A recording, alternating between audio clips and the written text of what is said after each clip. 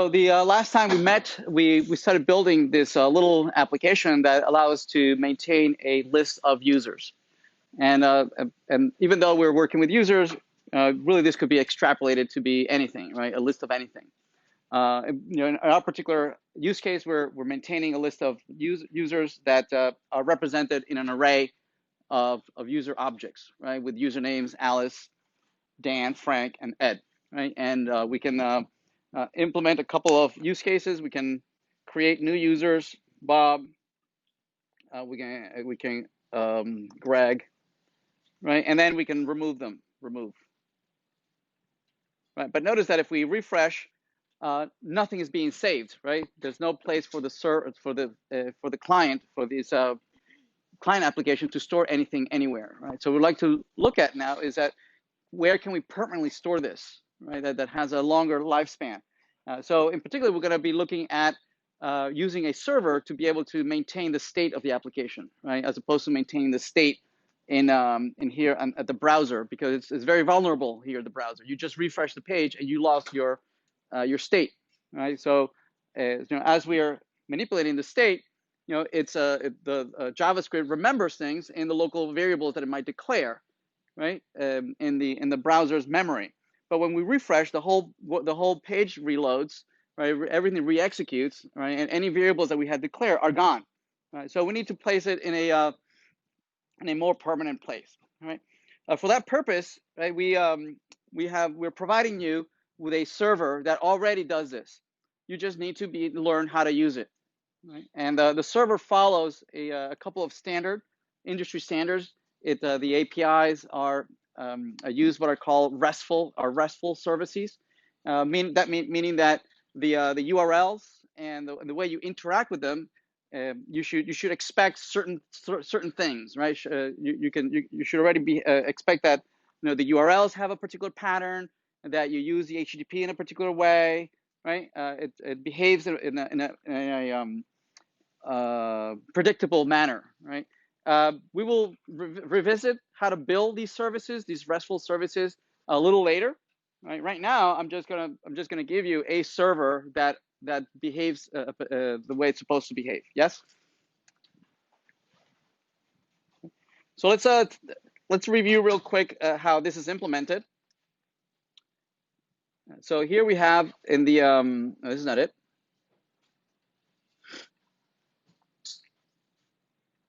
We had an HTML file, users HTML, which notice that it has an H1 with a content of users, a title.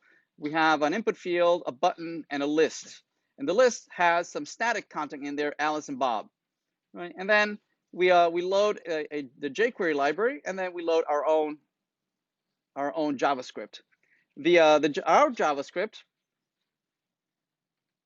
plays around with a couple of declarations of some variables. Some of these variables have $ in front of them, right? If you remember, is so that we can remind ourselves that these particular variables we have initialized them using jQuery, right? That they are somehow bound to DOM elements on the document, right? In the HTML document. Some other variables are not bound, right? They're just regular variables that contain some primitive data types. Yes, they're not referencing anything. We reviewed creating JSON objects that are formatted using the JavaScript object notation, right? Where you have name value pairs and you have curly brackets. We created a couple arrays that this is going to maintain the current state of the application is fully captured in this array. Right? This array contains the current collection of all our users, right? And we either push into it or we splice out of it, right? And maintain that current state. This array goes away if we refresh the page. It resets to these two objects, right? These two users, right? So we would lose all the state of the application. We also mentioned that it was a good idea to declare like a starting place, an initialization function that initialized all the variables, right? Bound all the variables that you needed to do that you needed with the DOM, right? We fetched the create user. I think this is the button create user. Yeah, the button was called create user. We bind with the DOM.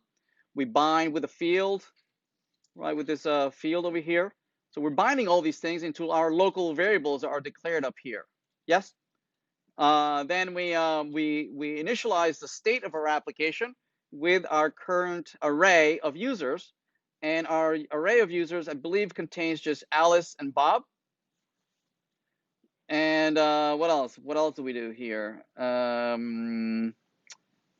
think that's it. And then we just played around with adding content and modifying content in the DOM. We bound a couple of the buttons to an event handler add user, right? That read from the input field and then appended, right, into the array, and then re-rendered so that we would see the latest state of the application.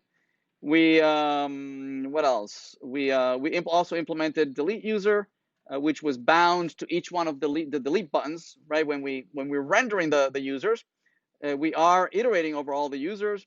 We are creating the delete buttons, binding them to the delete user handler right here, the delete user, which removes the user by index and then re-renders the whole list.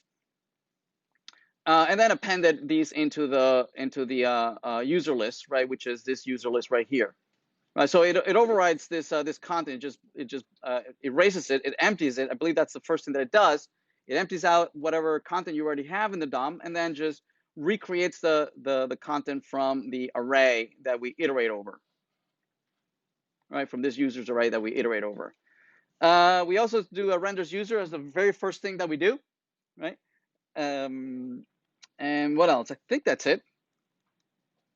If we refresh, we said we have oh, there we go. I think this is it. We have Alice and Bob. These are the two users in the array right now, Alice and Bob. Those are the only two users. Make sense? Everybody good? All right. So we want to extend this and say, well, we don't want to lose our application state. We need to be able to store it somewhere. All right. So let's take a look at how we would go about doing that.